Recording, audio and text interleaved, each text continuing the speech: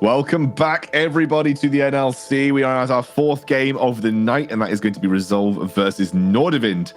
Most people expecting this to be a relatively one-sided affair for Nordavind, but we have had some Resolve roster changes, and I think the best person to talk about these would be Jamada. Yeah, so they've swapped out Fastlegged for FGG, and this is potentially a bit of an exciting one for me because I think when I looked at Resolve in general coming into the split, I said, okay, this is probably going to be top four, battling out, you know, not necessarily blow for blow, but making occasionally SNG tricks or sweat for their money. It's not been like that. And now it's culminated in this roster swap with FGG coming in. And honestly, in the academy in the UKLC, this guy has been popping off almost like week in, week out, highest kill participation, one of the strongest vision control supports in the league as well.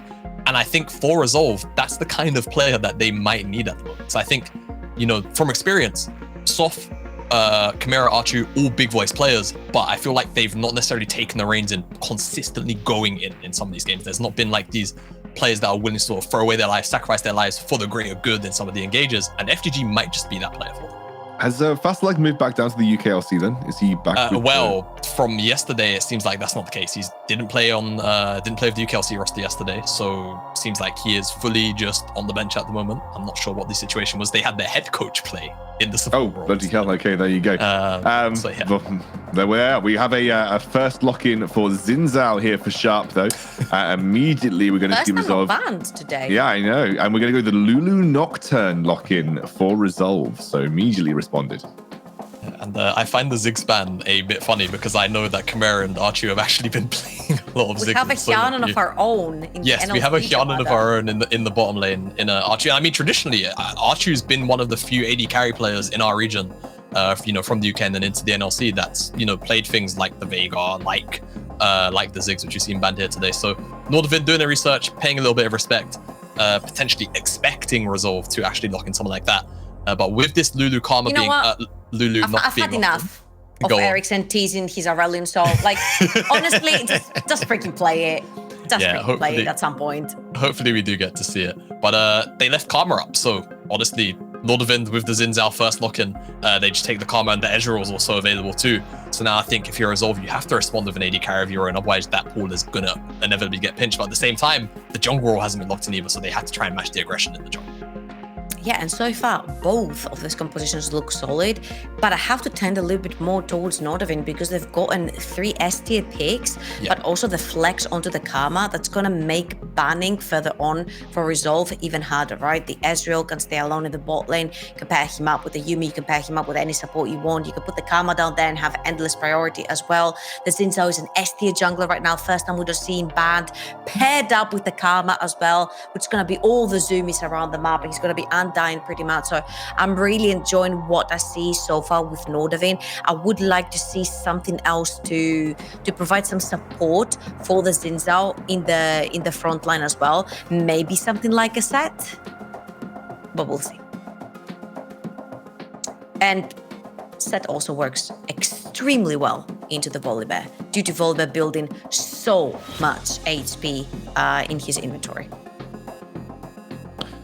We're already through that second ban phase now. Let's see where Resolve choose to go. They have a lot of those kind of like hyper carry-esque things they could pick up here, but without the Thresh, it does become a little bit more risky to kind of make those plays.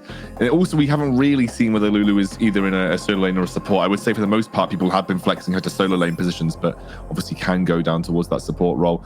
Callista does get locked in here, though, so that will be the choice for Resolve. That'll be Achu playing on the Callista. Nordavind now going to have to, what I assume is revealing the majority of their solo lanes, though, of course, which Karma is like a triple flex in this scenario, so we can go into many different positions. So we'll have to see where Nordavind choose to round this comp out. What would you prefer to see for Nordavind? What are you ideally hoping for to kind of make this comp feel complete? I think at least one engage option, just so they have it on the table, because at the moment I think they are lacking in that. And there you go, Leona is fill out that criteria.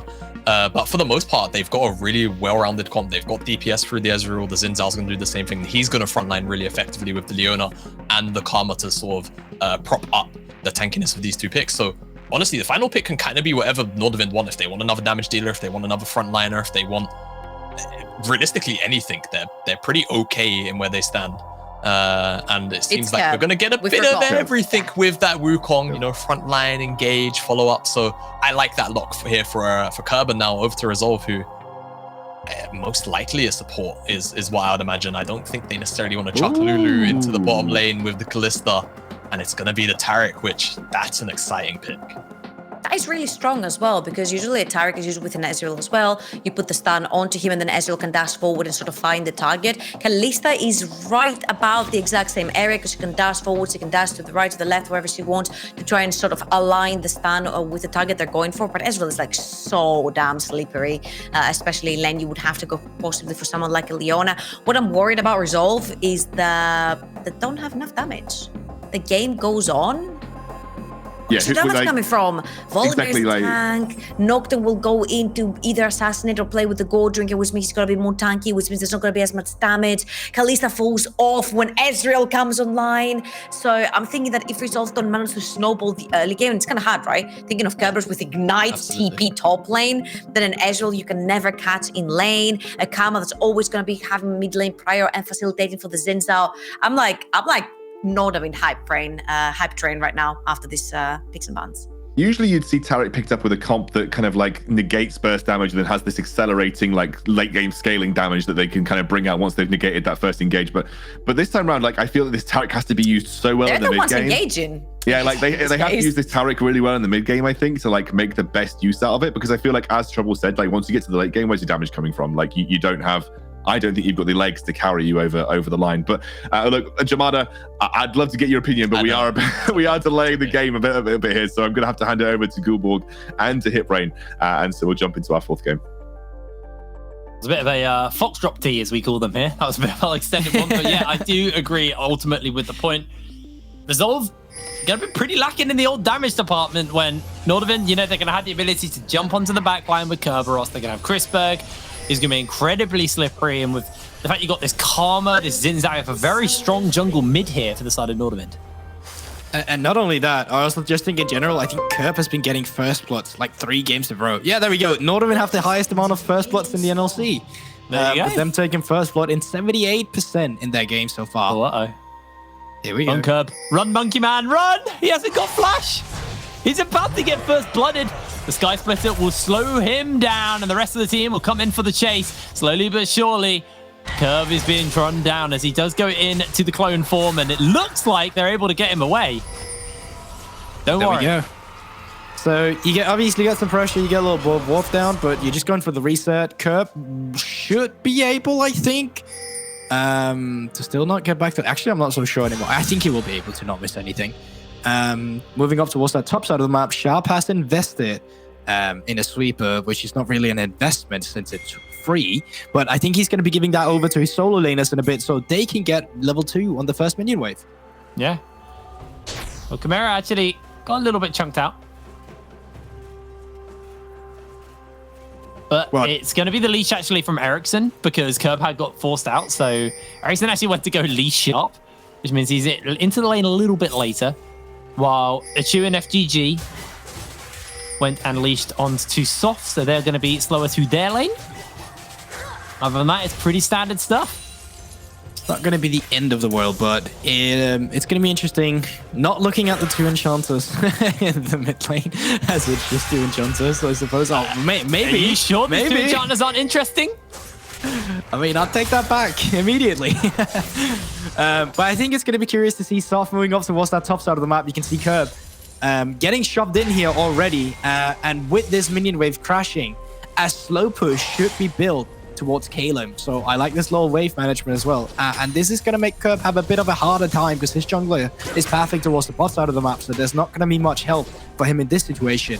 Whereas Soft, he can stay in the background here. So with a cannon minion being buffed up here, Kalem, just not hit the minions, just make them crash and try and stone Kerberos' way for as much as possible. Well, FGG making his debut here on Resolve. Obviously, formerly from the UKLC team as their support. They moved down, and Chrisberg just about able to dodge away on that Dazzle because that probably would have been him dead, honestly, with the Ignite on FGG. And it looks like they're struggling a bit as well here. Chrisberg's already taking a lot of damage down here. He doesn't have the extra HP you'd usually get for Doran's Blade, or some of that Omnivamp either. So with no pots, there's no extra real sustain in your equipment right now because you went for that early tier stack. Yeah. It is Touch actually jumps in. They look for the dazzle on to him. Achu's getting some spears stacked up as Chrisberg's taking a lot of damage. The teleports are coming in. Chrisberg's being ignited. Achu has to jump away though. Here comes the backup as Sharp's making his way over. Chimera gets the glitter lance off and Soft barreling towards, but not going to be able to find the kill. Nobody dies. A lot of summoner spells were burnt there. Yeah, you're completely right about that one. It's Soft. I think he's picking up the Scuttle right as we speak it. No, he's forced away from the pressure from Ericsson. But if you take a look on towards the top side of the map, it was actually Caleb who picked up the Scuttle Crab. So small little lead there. I guess they trade even, but obviously as Soft, you're not happy about losing out on Scuttles. Kerberos needs to be a bit careful. Ooh, that's a lot of damage from Kalen. He ignited the clone. That is tragic. That is actually tragic. He ignited the clone. He thought Kerb was playing mind games, and he wasn't. That sucks. Obviously, that sucks. Kerb does still have his TP up and available, so if he wants to, can just recall, can just TP back up, or just hope that the minion wave is going to be fairly even, although, of course, a small slow push will get built on towards Caleb as the minion waves are stacked under his turret right now. But outside of that, yeah, you'd think that would have been Kerberos dead, but gets out by the skin of his teeth, really, this time around. Well, mid lane getting a little bit less exciting, returning more to what we expected from the Enchanter mid lane. Although Chimera is slipping behind in the farm department, down a pretty significant amount already as we hit that 5-minute mark. And you can see that reflected in the gold. There's a 200 gold lead already starting to build up for Ericsson. For 5 minutes, that's pretty good for him. He did TP down as well, which is majority of where that CS went. Obviously, he's very chunked out in the beginning of the game as well, in the early game. So yeah, but it's never really much about you as the Lulu. Your items are fairly cheap as well with those components, and in all departments really, it seems like the only lead that Nordavind has gained himself here has come from this Karma in the mid lane, which, you know, ultimately is not the biggest worry for Resolve. But it feels like Touch is looking to find an opportunity to find a trade, but I just don't really think he's going to be given it. I'd like to quickly go back to the items and see where we are in the item department. The Sheen has now been finished up for Chrisberg versus just a longsword onto a Chi. So Chi not in quite as a comfortable position as Chrisberg will land a little bit of damage off, blocked out somewhat by the Guardian. Drake being started up here. They need to be a bit careful though, because if Soft moves off, there is still a bigger minion wave onto the side of Resolve here. So if Soft finds Sharp on this Drake, it could be a bit scary. Oh, he's found him. Oh, he's dashed. Soft might look to try and find this as they've got the backup from Chimera coming in as well. Soft trying to find Sharp. The Glitter Lance is going to be big. As the poly comes down, FGG's being chunked out, but Touch now got spears into him in a chew. And a nice amount of damage in response as the Dragon is secured by Sharp. The Wild Growth is thrown down onto Soft at the moment. He's got the Ignite on as well. They're trying to find a bit of additional damage, but the tether by Ericsson is big. He flashes. He goes for the Dazzle to lock him in place. And it's First Blood picked up for Chimera. Make it another one as Soft is taken out by Sharp. But FGG will cash in on the second kill. Resolve trade up. Yeah, I'm not sure that first Drake is going to be all that much worth it. One single Infernal Drake really doesn't do too much. So a small gold lead over to the side of Resolve kills being picked up by the Lulu and the Tarek.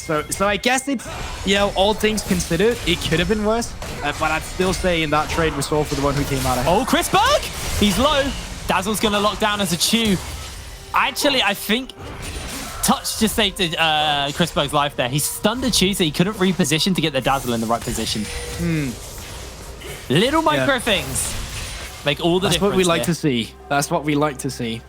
We saw it a bit earlier as well. Some of the minion Imperializer. We've seen it a lot from the supports today here. And now, slow push being built in towards Kirby. You can see he's actually started a freeze for himself here. Caleb does have TP, so I think he's just going to back. He's going to TP up, or he's going to move towards that bottom side of the map. You can see rotations have actually gone up for the Resolve bot lane after they were able to crash the bot side of the map. So now they're just going to move up towards the top side. Rift Herald is the next objective anyway, so you don't have to worry about losing a Drake, as there's still 3 minutes onto that one. Yeah, Rift Herald is definitely going to be the point of contention in this curb. Just about able to dodge away, throws up the Cyclone onto a Chew. They're trying to find the turnaround. And Curb just pops him. Here comes Sharp. FGG. It's a double kill. Monkey Bop is big, and now Soft being tethered up, being locked down. The CC chain is way too long, but Chimera's on the way with the Wild Growth. Soft looking to turn it around as Ericsson catches him with the maul, but the CC, the chaining, is just way too much as they try to find the slow, as Sharp trying to jump forward. Here's the Sky Splitter for a quick shield onto Soft, but he is going to be chased down, has to use the ultimate to escape. Resolve just getting absolutely stomped. But it goes back up to that solo kill for Kerberos in a 1v2 situation. So many times have we seen him pull this off on Wukong that it's kind of becoming a signature pick for Kerberos, which seems weird to say about a champion that, you know, it's quite normal. I mean, yeah, he just pops him. He does so much damage. As the replay is ending and Resolve actually looking to contest this Rift Herald. Looks like they should just be able to pick it up. They're feeling comfortable. FGG and Achu have made their way over. Achu now has level 6. FGG doesn't, so that Cosmic Radiance will be coming through fairly soon. And I want to see a big injection of gold going to Achu because it feels like he's starting to bleed out a little bit. Yeah, it does.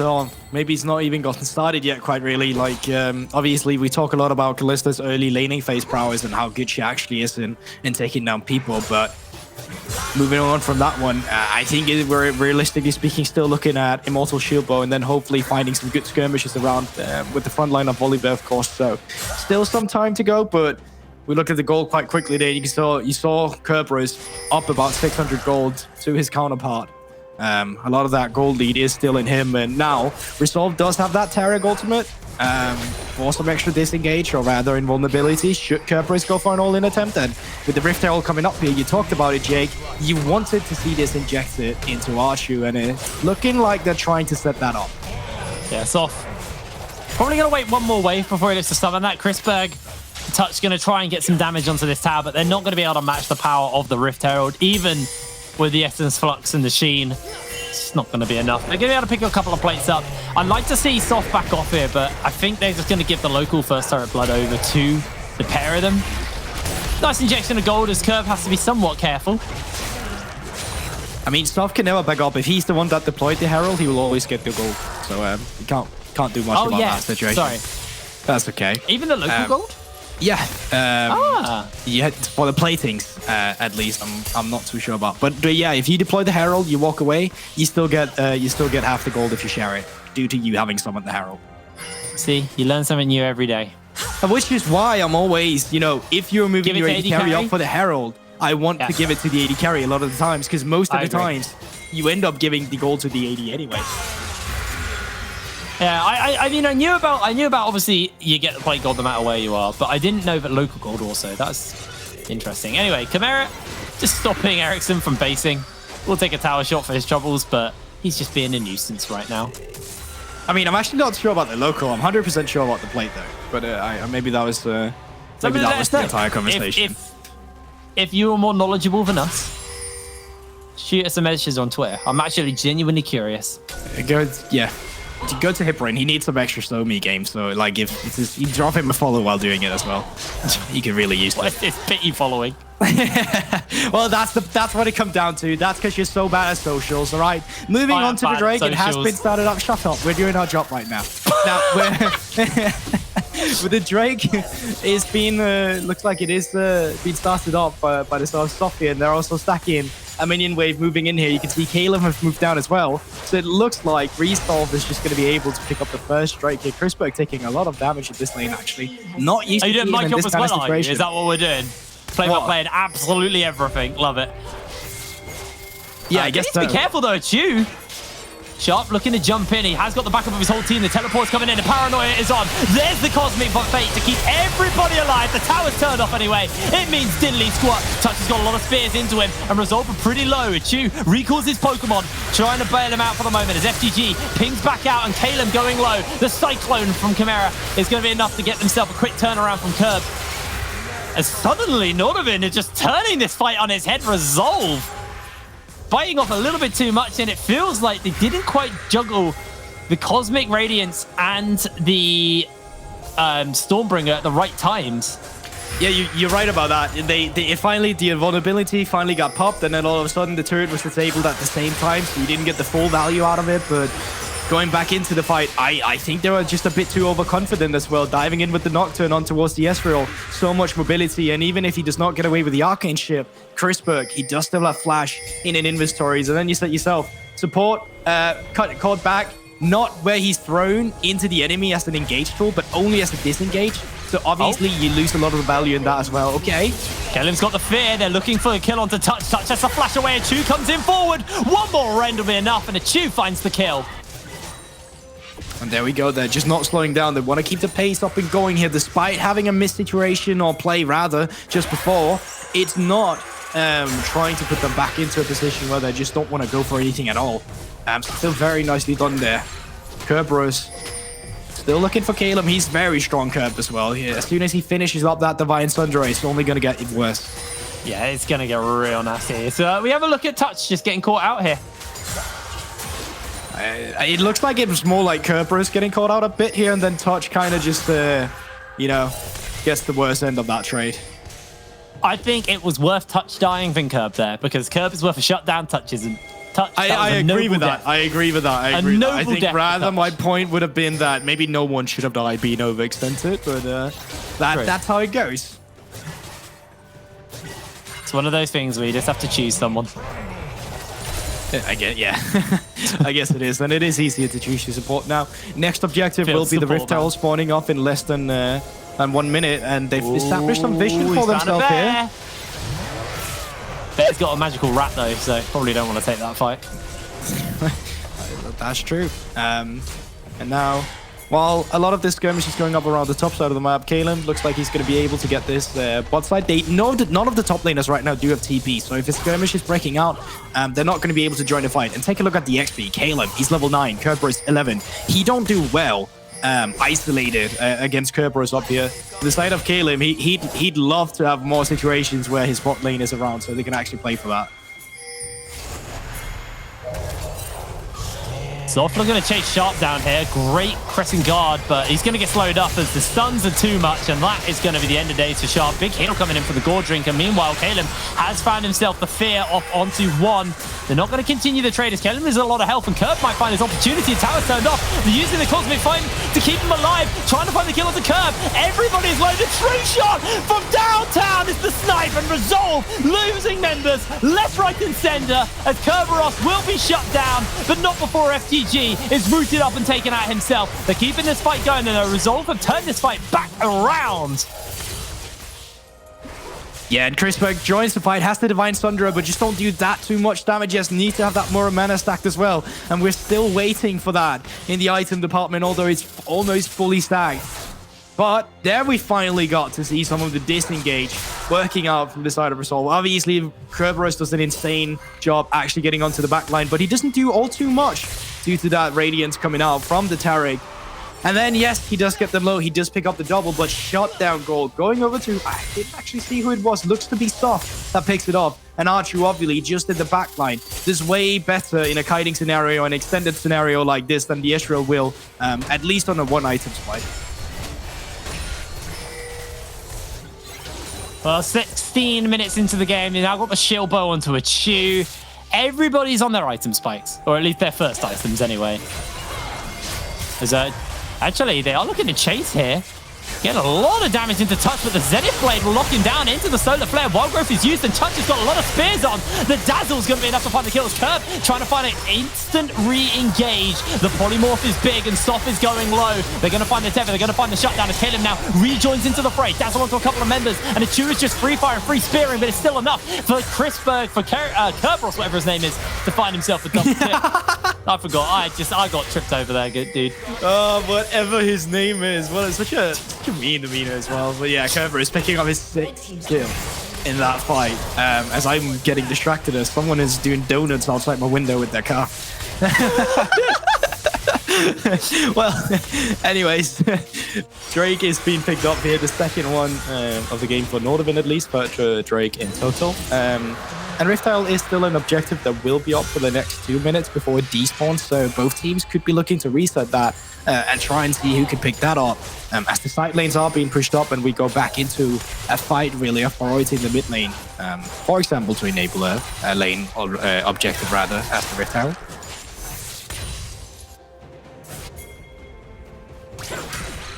These fights are very back and forth. I am so happy that today has been the day where we finally started to see teams, bar maybe that last game, where teams have been a little less stompy. We're seeing some fights that have been very back and forth, could really be anybody's game. Because I've had a massive criticism of this current meta where it's just, especially in the NLC and UKLC, it's just teams will get full behind and then just lose. And they just don't do anything to stop them from losing. It feels like even when you're behind, the teams are fighting. I don't think that's down to the meta. I think some teams just roll over and die. Really, in the real level. It's partly because I think the meta's so accelerated. It's very quick at game time. And I think if you fall behind, some of our teams don't know how to come back from behind. Well, Rift Herald did get picked up by Soft, and we're talking about extension, trying to see if we can accelerate something. You can see a lot of the members are grouped up around this mid lane. Stormbringer is up if you want to look for a dive, the same for the Cosmic Radiance, but Nordavind also postured up here, trying to deter this Rift Herald from getting the dash in. Can they do it? Yes, they can. Resolve just backed off. They were too confident that the charge is going to happen. Well, that sucks. But I mean, they didn't. It's not like it was a huge Rift Herald they were investing a lot of resources into. Obviously, you would have loved to pick up the mid lane turret, as it's definitely the hardest of the outer turrets to take care of, and also the turret that enables the most plays on the map and just getting in and getting aggressive vision, taking away camps from the enemy without feeling you can't walk out in the mid lane. But yeah, great job from Nordavind actually matching the posturing around the mid lane turret after the Herald went down. And I like this. Let the turret fall to the minions, because then no one is getting that gold you get granted for just killing a turret. So yeah, obviously get the passive gold, but no one is rewarded that extra gold you get for killing turrets. Exactly. And Curve doesn't get lose any minions as well, so at the end of the day, nothing lost for them there. As now Nordavind, they're the ones sieging in the mid lane, and when you got a Divine Thunder and a Muramana, Ezreal actually, with the Essence Flux, able to do a pretty significant amount of damage to these towers. The Sharp has to be careful. It's got double support, remember, so do have a lot more kind of peeling tools available to them. But I guess the same for Nordavind. There's 4 supports in this game, Gulborg. Yeah, there is. But it feels like the one from Resolve are better equipped for the healing and extended team fights, whereas on Nordavind more for that instantaneous engage. Of course, you do have that counter, but Archery doing a great job. He's already picked up the Hurricane now as well, with the Lulu attack speed in the background, combined with the first 3 autos from Hail of Blades. It's very easy for him to kite around in Ezreal. It's hard for Chrisberg to connect these Mystic shots. That's so crucial for your damage as well. Yeah, he really needs those to hit, but like you said, harder to do. You've also got the Kentang Purifier now on to Chimera, so also adding additional Grievous Wounds. It's not on Chimera, on Ericsson. Adding additional Grievous Wounds to Chrisberg when he lands those keys. Chimera working on his Kentang Purifier, so soon you'll have even that to work with. She's going to be doing some pretty dirty amount of damage. He has got a level deficit to Chrisberg of 1 level right now. As a cheat, trying to find himself the trade, but not going to be able to hit that Q, unfortunately for him.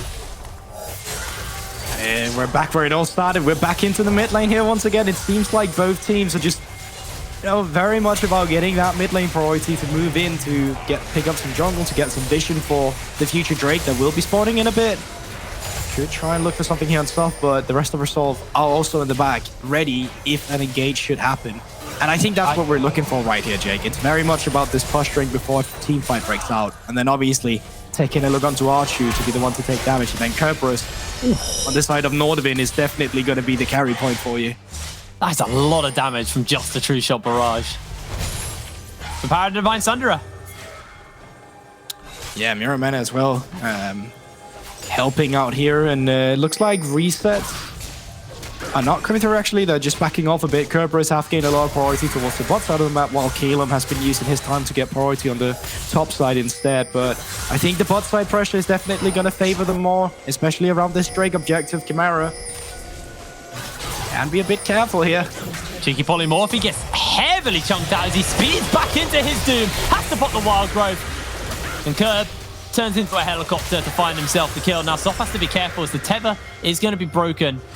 I am questioning why Chimera pressed his Shurellis and then walked into them. Yeah, I'm not too keen on why that did happen. I guess he just felt overconfident with Soft just behind him and not respecting the damage to come out from the Divine Thunder and Mermana Wukong. And speaking of Mermana and Divine Thunder, well, Chrisberg picked up the same exact items, so you can see how much damage they do with this. I don't think they're doing Baron Chrisberg, but Soft has to be careful because he's going to be run down. He has to pop the ult, he gets stunned, gets Solar Flare, gets flashed. As Soft gets away, but man, that was close. Yeah, most definitely is, and rather, Chrisberg's still one level up over Archer here, and you can see when these targets start falling down, it's very easy for Nordavind to get the priority around it and put themselves in Soul Point. 2 Ocean Drakes to their names now. And in 5 minutes, should be able to at least contest for trying to pick up that Ocean Soul. I think that's going to be crucial in a scenario where Wukong benefits so reliant on it with the extended team fights you can make with the clones, and Sao as well with the ultimate, and then obviously having Karma helping you extend team fights with that shielding is going to be even better. So I think Ocean Soul for both teams are really good, but even more so for Nordavind since they're probably the most likely team to pick it up just due to how many Drakes they already have. Yeah, absolutely. Resolve do have themselves vision control of the Baron area, and when you got a Callista, Baron is hard to steal, hard to kind of contest. Well, it's easier to contest, I guess, but like, you have to be very careful because if that's sneaky, you can do it very, very quickly. Now, Chrisberg sped up, looking for the Q onto FGG, who gets the heal off, and there's so much damage coming out from Chrisberg. They pop the Paranoia, they're chasing him down, he's going to go for the shift, able to jump away as Caleb now tethered up, has the spell shield, the Cosmic Radiance is going to keep everybody on Resolve, nice and healthy for now. Chimera trying to find the flank as here comes Curb into the Cyclone, he's going low, tower shots are in, but they're not going to be able to find the kill as a Chew, only able to get a bit of additional damage in. No Dazzle coming down. And they just find themselves a nice and easy kill onto Caleb. Yeah, it's a tough situation to watch, really, as well. Chrisberg didn't E forward, so still had the Arcane Shift to get out. So as soon as Paranoia came down, as soon as Caleb went in there, nothing he can do. And then the interaction there's with Karma and the Nocturne is a bit annoying for the spell shield. If the tether is already down on you, you can't spell shield the actual little root. They're looking to stop it. Curve jumps onto Chimera, but FGG also being chased. Soft on the run. FGG on the run. They have got the backup of the Chew. It's the True Shot Barrage. FGG able to get away thanks to a Chew. Baron is stopped, but Nordavind can just go straight back onto it now. Especially because their ultimate cooldowns are so low as well. Sharp does still have his Solar Flares coming up in just a bit as well, but looks like they're just going to go through with the reset. Kerber is looking for Archie. Archie gets a lot of damage off onto Chrisberg. It's going to get slowed down, and here comes Curb. Forces the flash out. The teleport's coming in as well. Soft jumps straight onto the backfire. Has to pop the ultimate to try and jump away. Chimera comes in with the shielding, but it's just not enough. Solar Flare slows the Chew and Caleb down. A Chew surviving, shielding, kiting, but he is dead. Kerberos able to take him down.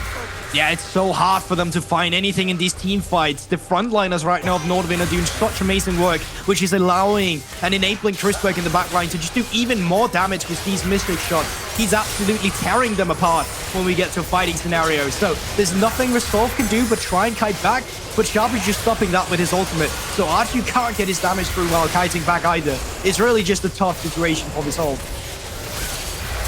And there it is, 26 minutes on the clock, the Baron in the pocket, 1 minute 56 until the Ocean Drake comes up. And we're just going to have a look at the replay once again. Achu just getting too greedy. Yeah, I think he knew Soft was in the back, so he thought that the other members of Nordavind was going for a reset. But as you saw, Kerber stopped his own recall to kind of walk forward here and bait them in. Caleb, as soon as he joins the fight with a TP, doesn't mean anything. And you can see they're all just locked up in Shark's ultimate. No one able to damage them, and it's just not helping their situation. Not at all. Tower still up in the mid lane as well. Baron in the pocket for Nordavind. They are feeling so comfortable right now. Guardian Angel finished up for Kerberos. If you thought it was hard to kill before, he's going to be even harder now. 8, 1, and 5 on this Wukong. You know, I'm actually it's actually quite funny. I fully expected him to go Serpent's Fang next, just due to the amount of shields there's in this game, and knowing he will for very You know, during that last replay, I was watching a Chew and how much shielding he got, and they just melted him. It didn't matter. They didn't even need the Serpent's Fang. He took a Lulu shield, he had FGG shield, he had the Immortal Shield Bow shield, and he still died so quickly.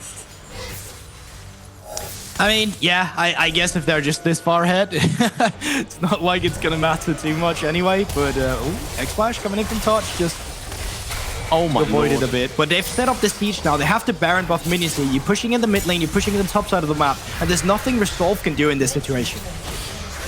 I mean, there's literally no answer. They have to deal with Curb in the top lane, but the mid lane in the meantime going to go down. And Resolve running out of options in this game.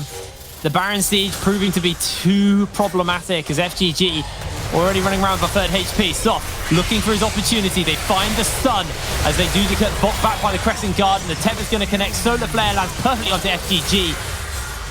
Nobody on the side of Nordavind goes down. A lot was burnt there by Resolve. And at the end of the day, they still lose the inhibitor and that tower. And now on the Baron in the pocket, Nordavind probably could look to end this here. It looks like they are going to play it safe. They're going to look towards that Ocean Drake. Exactly. You're completely right. Minion waves are coming in, but it looks like they just want to say, all right, Baron off in 30 seconds. We got a Baron power play. We don't need much more. Let's just get the Ocean Soul as the next objective. You keep one member in the mid or the top side as soon as the reset has come through, and then you just push in the bot side, and then you just want to try and end it. You can see Resolve. No. Monkey hunting bear. Dazzle's going to connect, but he's still got the GA. Curb feeling comfortable. Healing from the Divine Sunderer there. He jumps in, turns into a helicopter. There's a good cosmic radius to make sure everybody's alive. The True Shot Barrage does no damage, and they throw out everything. But FTG, at the end of the day, is going to lose the fight. Resolve are just popping off. Chrisberg completely untouched. Resolve are flattened by Nordavind. They don't need soul. They get the ace. Yeah, they do. And now it's just time to move it in. 30-second death timers for Resolve here, and there's nothing they can do. This is going to be Nordavind's game. This is going to get them pushing in the last minion waves to tear up and keep their win streak going. Absolutely beautiful game coming in from the side of Nordavind. 20 kills, 30 minutes on the clock, and a 10-1 Monkey. Kerberos had a brilliant game there as Nordavind take the win. They do. I just forgot how to speak English as well at the same time. But yeah, Nordavind once again. Same, bro. Don't worry. All the time. I guess it happens all the time, doesn't it? But Nordavind, they did a phenomenal job at doing what we credit Nordavind for a lot, which is like the objective stacking, playing around with their composition. And I like we see Chrisberg on towards the Esh role. It's a new kind of style where I like the fact that they're putting more and more resources into Kerberos as well. I mean, even at times, they're not. He's just getting solo kills. And it's just really the rise of Kerberos again. The rise of Nordavind as a general unit. We've talked about this team a lot. Last time around with Spring, took them such a long time to get online and build that chemistry. But having stayed true to that roster, kept all 5 members, you can really see how nicely and well they play with each other. Well, with game 4 behind us, we still have the analyst desk to break this down. So before it's time for a break, I don't know how to do my job or break throws anymore. Throw to a break. We'll see you after this.